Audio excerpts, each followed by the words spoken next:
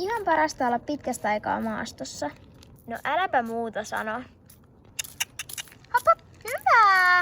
Ei, ottakaa muojan allea. Roosa, kato, tuolla on maastoiste. Tullaan se. Oi vitsi, mä pelkään maastoreita. Ihan sama, mä menen jo. Oh. Hyvä! Apua! Yes! Kuollutkaan. Ei kukaan noin pienen esteeseen kuolis. Herran jästä, toi oli ihan valtava. No niin, ei kyllä kukaan kuolis tohon. Jee! Roosa, kato, tuolla on toinenkin este. Oh. Yes! Fanni on niin kiva maastossa.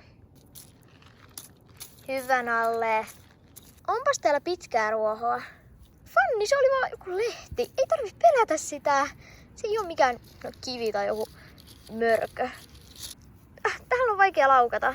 Tässä on vähän matalempaa ruohoa. Älä jää syömään. Vihdoin.